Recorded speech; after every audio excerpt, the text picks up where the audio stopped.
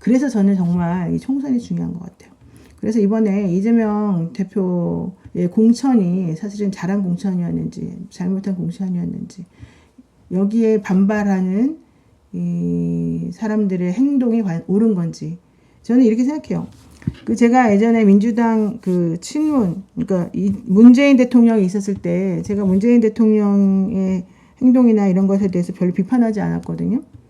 그래서 저보고 이제 막 너는 뭐 문빠냐 뭐 이런 얘기 많이 했는데 저는 그렇다고 해서 뭐 그분이 막 너무 막 모든 걸 다 잘해서 비판하지 않은 게 아니라 저는 그래도 이제 그 문재인 대통령이 잘못하는 것들 중에는 이제 그분이 여당이었으니까 비판을 하죠. 뭘 비판하느냐? 세금 정책이라든가 그다음에 기득권, 그러니까 뭐 다가구나 뭐 이런 거 있는 사람들 혹은 뭐 가진 사람들 이런 사람들을 막 범죄자 취급하는 거 이런 것들은 좀 옳지 않다. 그다음에 또 인사권을 너무 잘못 운영한다. 그러니까 인사 정책이 너무 잘못됐다. 이제 이런 거 제가 비판을 많이 했었거든요. 그런데 이제 저는 한 정당을 지지한다고 했을 때 다른 정당보다 이 정당이 조금 덜 잘못한다면 그 정당의 대표나 당대표가 하는 것들에 대해서 막 너무 내분을 일으키는 건 옳지 않다고 생각을 그동안에 했었어요. 그래서 민주당만 놓고 보자면 민주당의 문재인 대통령이 당대표였을 때는 그 당대표를 중심으로 또 뭐 송영길의 당대표면 송영길을 중심으로 이렇게 뭉치는 게 저는 맞다고 보고 당대표를 중심으로 해서 지지하는 게 맞다고 봤어요. 그런데 이재명이 당대표가 됐어요. 그러면은 그러니까 그 윤석열 대통령하고 이제 그 윤석열하고 이재명하고가 이제 서로 간에 이제 대선 경쟁을 하고 그랬잖아요. 그러면은 그때는 지지하는 쪽에 당대표나 뭐 대선 후보가 있으면 그 사람을 직접 열심히 밀어주면 돼요. 그 사람을 흔들어대면 안 되고. 그래서 이제 열심히 지지하는 발언을 했고, 왜 그러냐면 그건 이제 윤석열 대통령이 너무 옳지 않고 너무 좀 무지해 보였기 때문이죠. 그리고 그분이 하는 생각이나 이런 것들이 옳지 않았기 때문이죠. 근데 그러고 난 다음에 대통령이 됐어요, 그분이. 그리고 난 다음에 이재명 대표가 당대표가 됐어요. 그러면은 이재명 대표가 당 운영을 너무 엉터리로 하지 않는 이상은 이재명의 당대표로서의 활동을 지지해 주는 것이 맞다고 생각을 해요.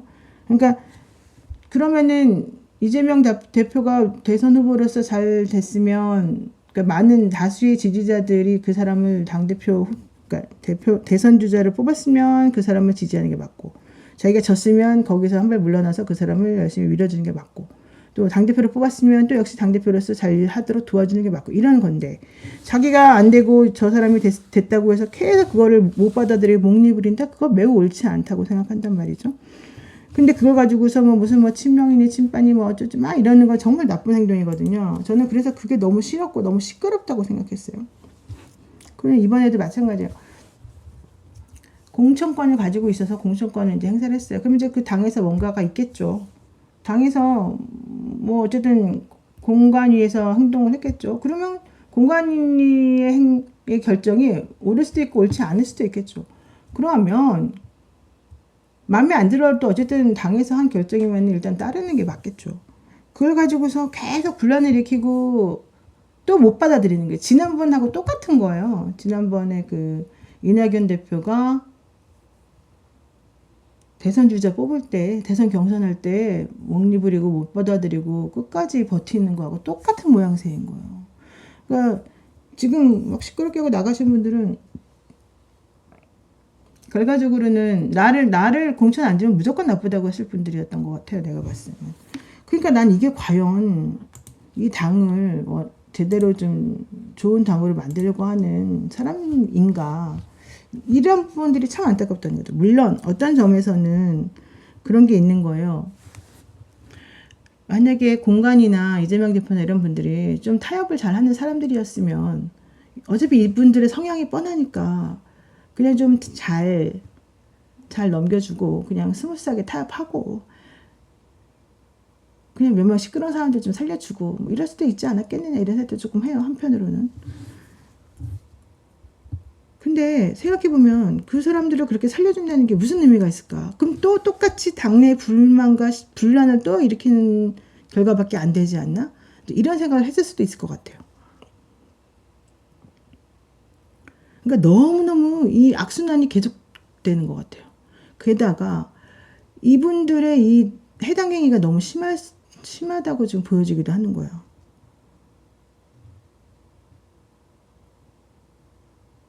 그러니까 사실은 이분들은 내가 주인인데 왜 굴러들어온들이 우리 당을 망치냐? 너네들이 왜 나를 내쫓냐? 이제 이런 생각이고, 너는 나의 미친데 나를 왜 인정 안 하고 니네가 나를 내쫓냐? 이제 이게 아마 싫어서 그랬을 가능성이 너무 많죠. 그리고 이재명 대표가 사실은 자기 팀이 한 명도 없어요. 내가 알기로는 이 내부에서. 그러니까 정말 내부에서 고립됐었을 거예요. 그러니까 사람들이 이제 전부 다 이재명 대표가 리더십이 있네 없네 이제 떠들긴 하는데 리더십을 발휘할 수도 없었을 거예요. 게다가 리더십을 발휘할 수도 없을 뿐더러 지금 내적으로도 외적으로도 너무 많은 공격을 당하니까 일을 할 수가 없을 거예요. 보통은 대표가 외부에서 공격을 너무 심하게 당하고 그게 부당하다고 생각하면 내부가 똘똘 뭉쳐주는 게 원래 원칙이거든요. 근데 이 사람들은 같이 외부에서 싸워요. 같이 외부의 적과 손을 잡고 그리고 외부의 정보를 흘리면서 이런 경우는 생전 처음 보죠. 그러니까 오히려 지지자들이 더 열성적으로 대표를 지지할 수밖에 없게 되는 구조가 되죠. 그러면 정말로 사람들이 생각할 때 그 대표보다 그럼 더 훌륭한 사람이 있냐? 대표를 능가하는 대선 주자가 있냐? 나와보라는 거죠. 없어요. 그러면은 그런 사람도 없는데 어쩌자는 거야. 이렇게 되는 거거든요. 그러니까 참 한심한 거죠, 말하자면. 그러니까 이재명 대표는 사실 속으로 그렇게 생각했을 거야. 나는 이번에 뭐 사천 논란 공천 논란 하지만요. 솔직히 사천도 있을 거라고 생각해요. 사천 없는 공천이 어디 있어요. 지난번 선거에 양정철 씨가 모든 걸 다 좌지우지했다는 얘기 못 들었어요? 우린 다 알아요. 더불어시민당 다 양정철 작품이잖아요. 전해철, 양정철. 그거 우리가 누가 몰라요. 문재인 대표가 그걸 건드렸을까요? 아니라고 나는 봐요. 문재인 대통령은 안 건드렸을 것 같아요. 물론 뭐 자기가 친애하는 몇 명 건드렸겠지만 나는 문재인 대통령의 인사권은 정말 이해할 수가 없거든요. 김현미 같은 사람 그렇게 물고 빨고 하는 거 보세요. 이해가 안 되잖아요. 그런데 어쨌든 그 양정철이가 모든 사람들 윤영찬, 양정철, 전해철 진짜 이런 사람들이 다 쥐고 흔들었다고 그러잖아요. 뒷방에서.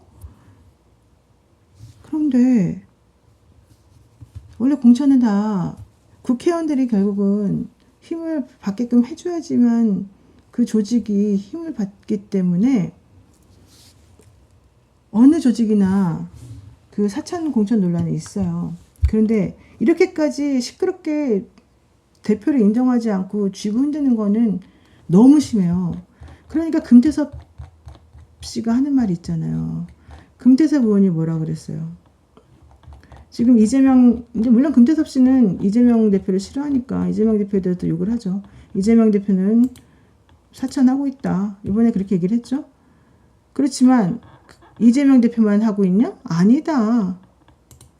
친문도 권력 쥐고 있을 때 똑같이 했다. 이렇게 얘기합니다. 보세요.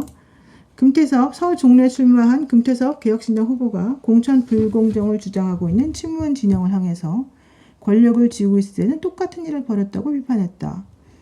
페이스북에 올린 민주당 공천 파동을 보는 심경이라는 글에서 민주당은 고쳤을 수 있는 시기를 지났다며 이와 같이 밝혔다. 이재명은 분명히 문제지만 이재명의 민주당이 가진 문제의 전부 혹은 대부분은 아니다.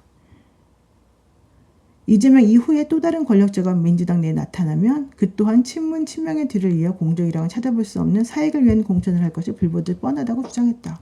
당을 사유화하고 아무런 원칙도 없이 충성심을 척도로 공천권을 전행하는 대표라면 비판받아 마땅하다.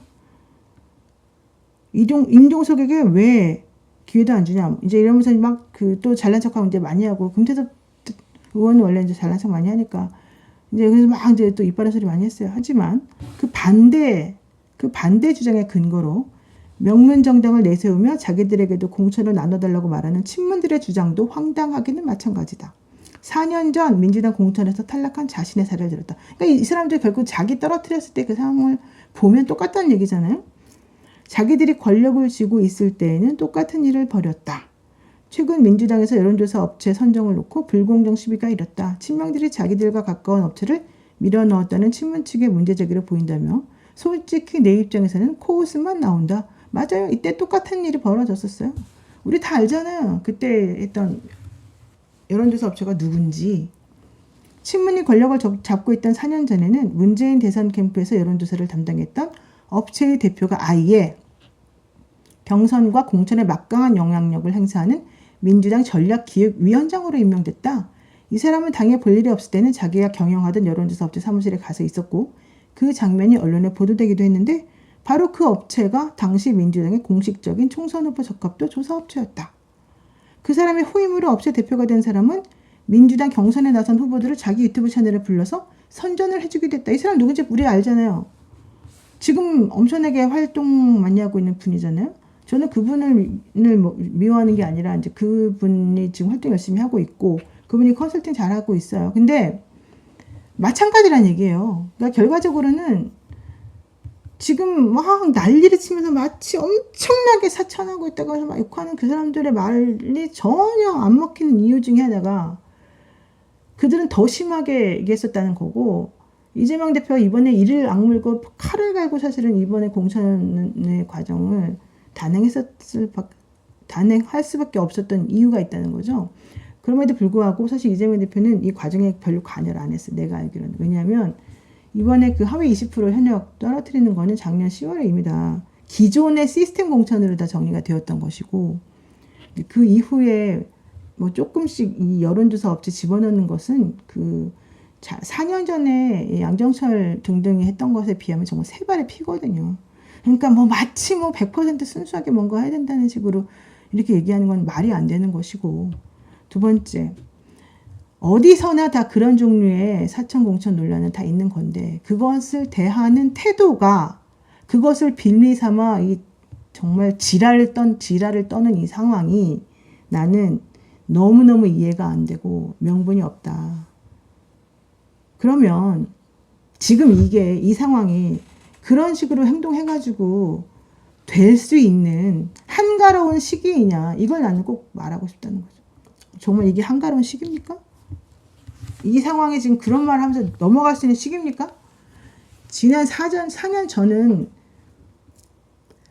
문재인 정부가 들어서면서 문재인 그 정권이 바뀌어가지고 되게 분위기가 너무 좋았었던 때인데 그때 그렇게 난리를 쳤었을 때이지만 지금은 정말 절체절명의 위기 상황이고 그때 문재인 대통령은 자기 권력을 남용한 적이 없어요.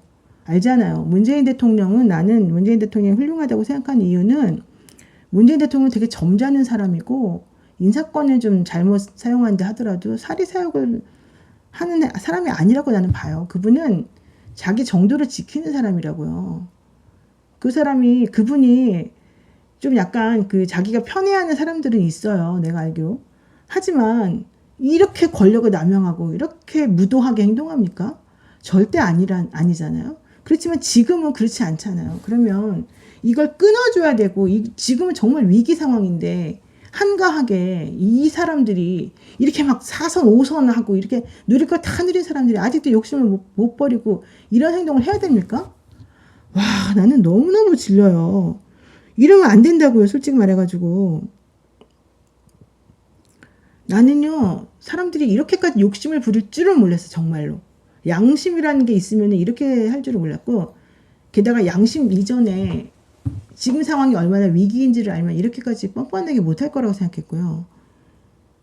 검찰이 얼마나 힘이 세고 얼마나 이 검찰과 언론이 서로 콜라보를 이루어가지고 이 폐해를 지금 낳고 있는지 누구라도 지금 다 아는 상황인데 민주당이 이렇게 염치도 없이 체면도 없이 이 대한민국을 말아먹고 있는 이거 여기에 동조해가지고 무슨 짓을 지금 하고 있는 겁니까?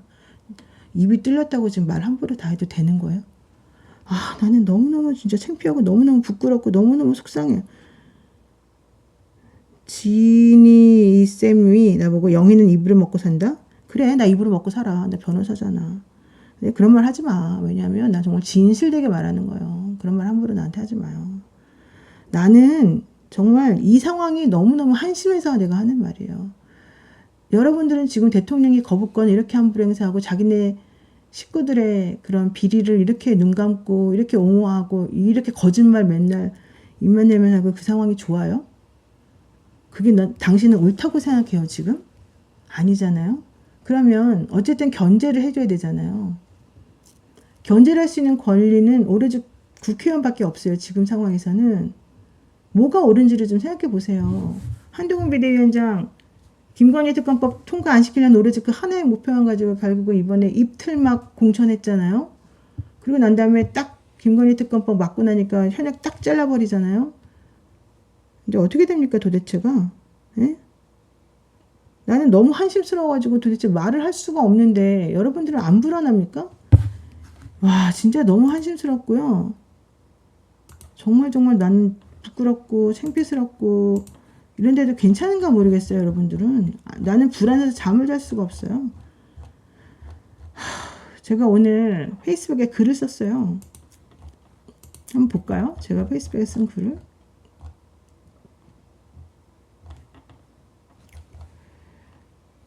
진짜 내가 요즘에 페이스북 거의 안 썼는데 내가 너무 답답해서 글을 하나 썼어요.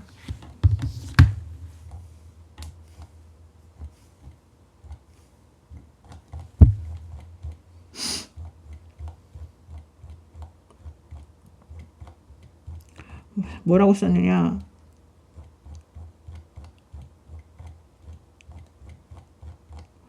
민주당 의원들 혹은 의원이었던 분들 그리고 이제는 불만에 가득 차서 민주당을 떠나려는 분들께 다들 미친 건 아니겠죠.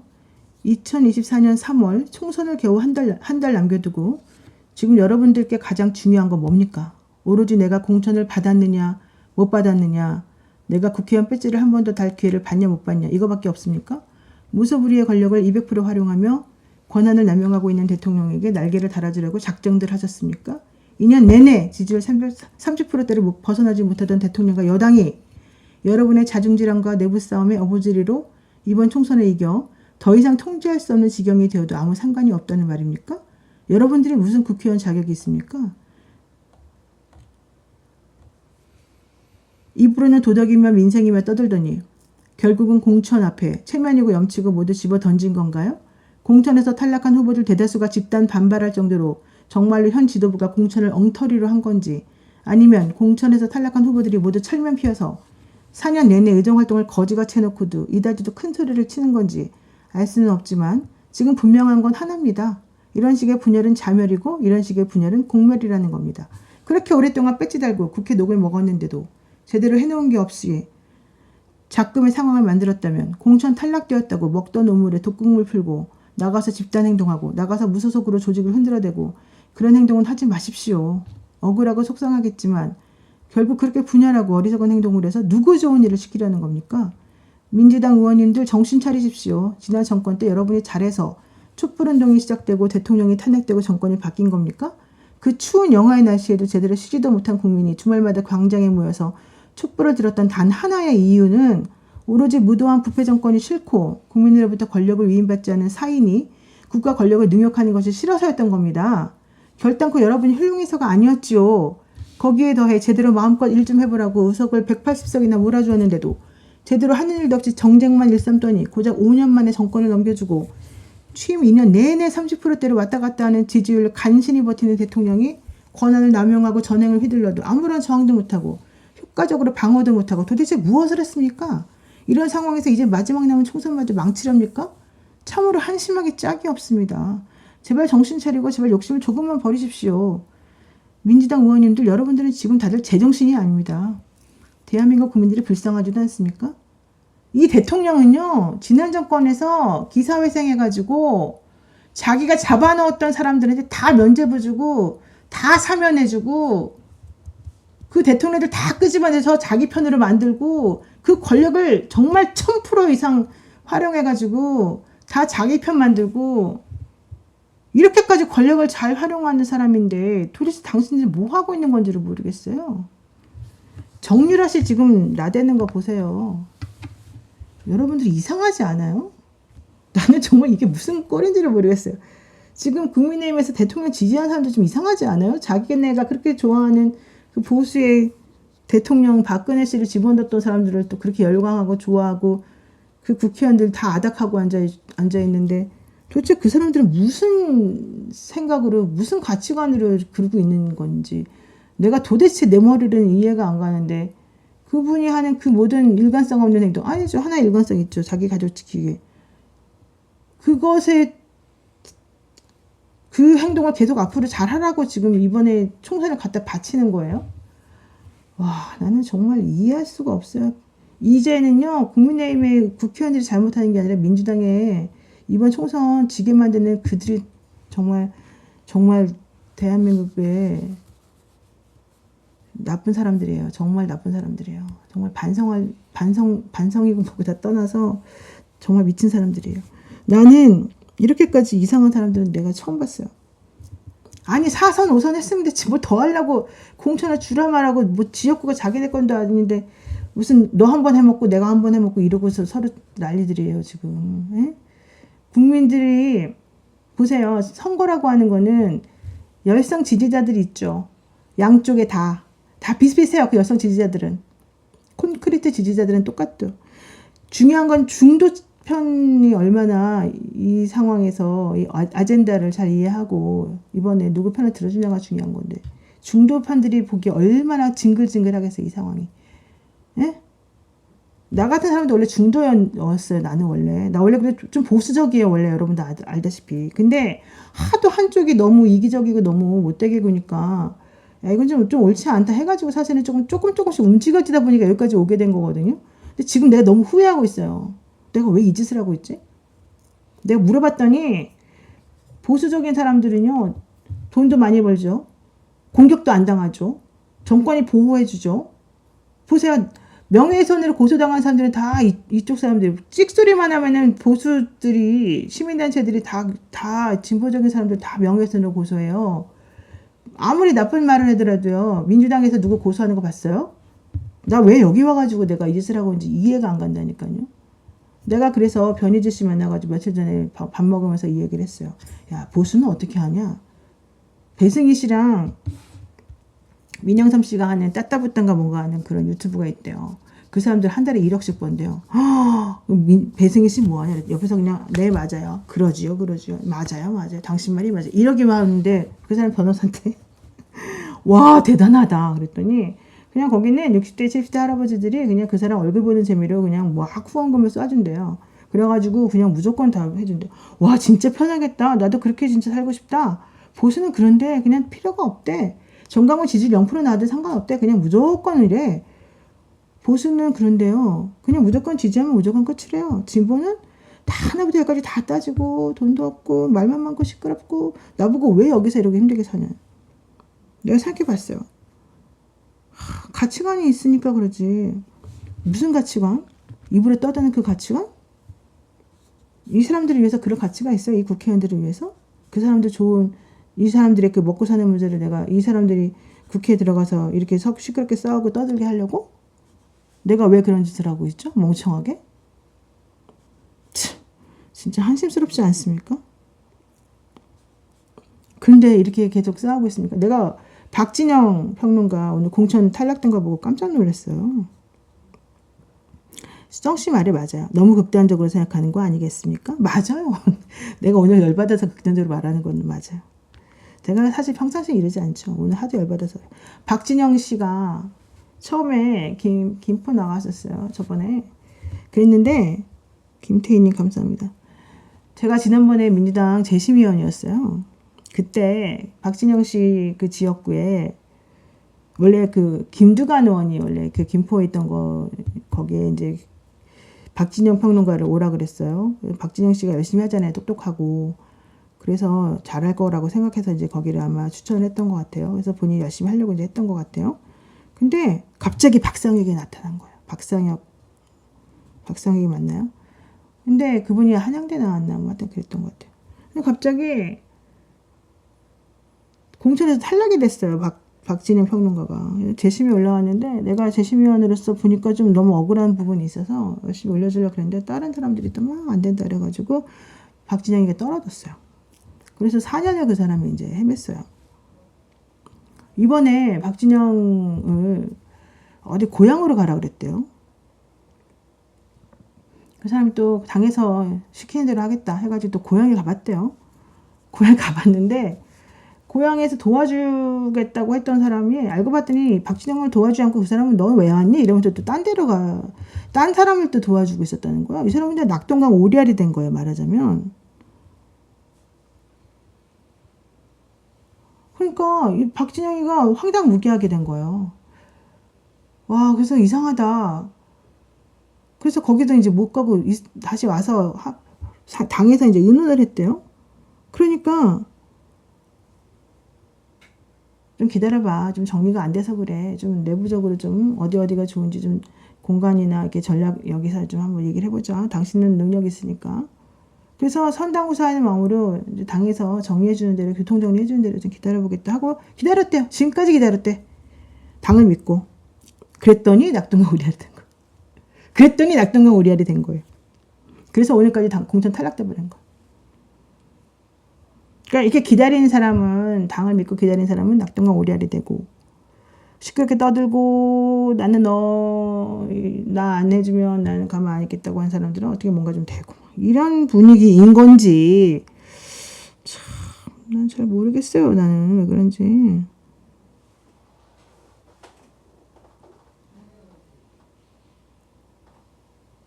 이상하죠. 근데 이런 이상한 게 한두 개가 사실은 아니거든요. 되게 이상하죠. 어쨌든 그런 게 많아요.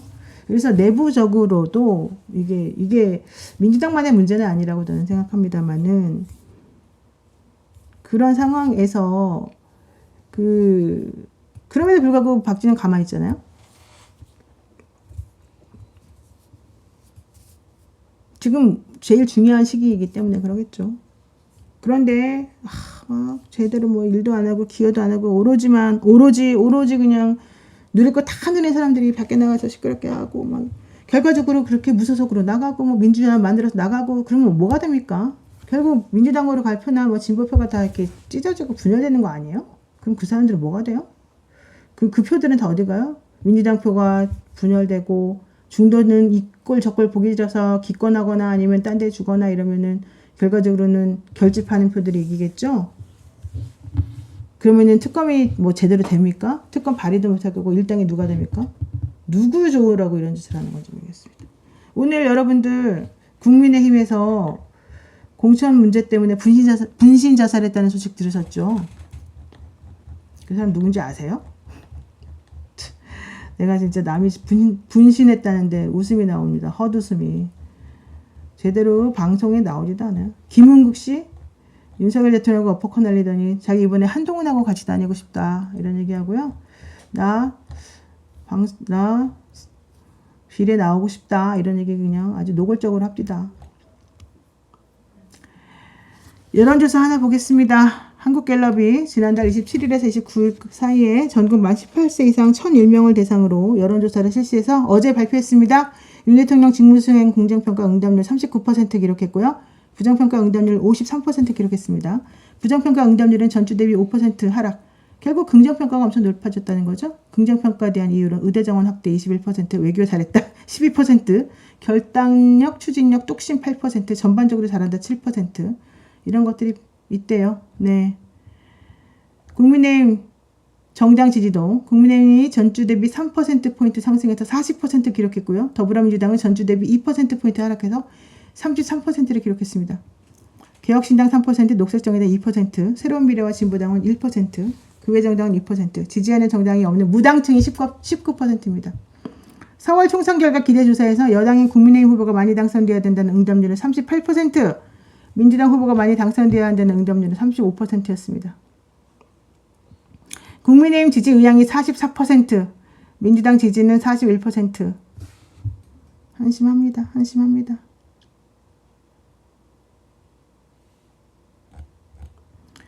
어떻게 해야 됩니까? 네? 이런 상황에서 지금 민주당에서 탈당한 사람들 무소속 혹은 민주연합을 새로 꾸려가지고 나가서 어떻게 하겠다는 겁니까? 도대체가 민주당 의원님들 미친 거 아닙니까? 정신 안 차립니까? 에? 정말 정신 안 차릴 겁니까? 다들?